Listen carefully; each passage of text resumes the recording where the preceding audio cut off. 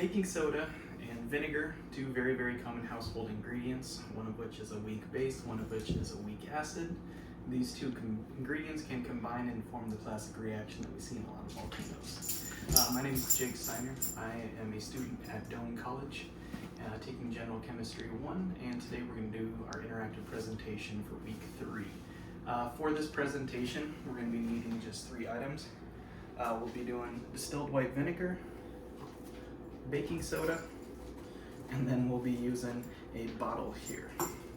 So, first part of our experiment here, we're just going to take some of our baking soda.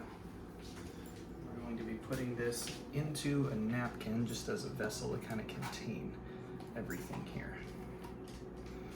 You want a large amount of baking soda for this, and I'll explain why it ends up being our limiting reactant for this message. After you get your amount of baking soda, I'm just going to take that, fold it up nice and carefully. You might spill a little bit, that's why I got the plate underneath the bottle here. And that is just going to go down into our bottle. Next, we're going to take our vinegar, which is 5% acetic acid, and that's what is shown on those bottles when they talk about the different concentrations. And what we are going to do is just the next part of our reaction, which is we're going to be adding our vinegar to our baking soda.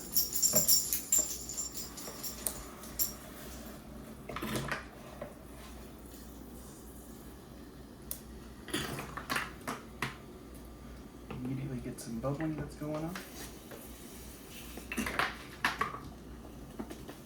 If we give this a little shake,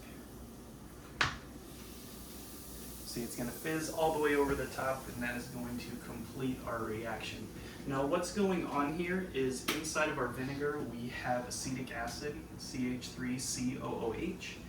That is our weak acid in this, and then we have our baking soda, which is NaOH, and that is our weak base, and when these two ingredients interact with each other, it forms our reaction that we see here, and this is just an acid-base reaction. The vinegar itself doesn't get used up, so you really don't need all that much, but our baking soda is our limiting reactant because of the NaOH that gets used up quickly by the acetic acid, and this produces the carbon dioxide gas, which is all the bubbles that we see coming out of this. This has a lot of really good applications for everyday uses, including cleaning, but more importantly for kids and for everybody in science, we love seeing the reaction that it can form when these two interact with each other.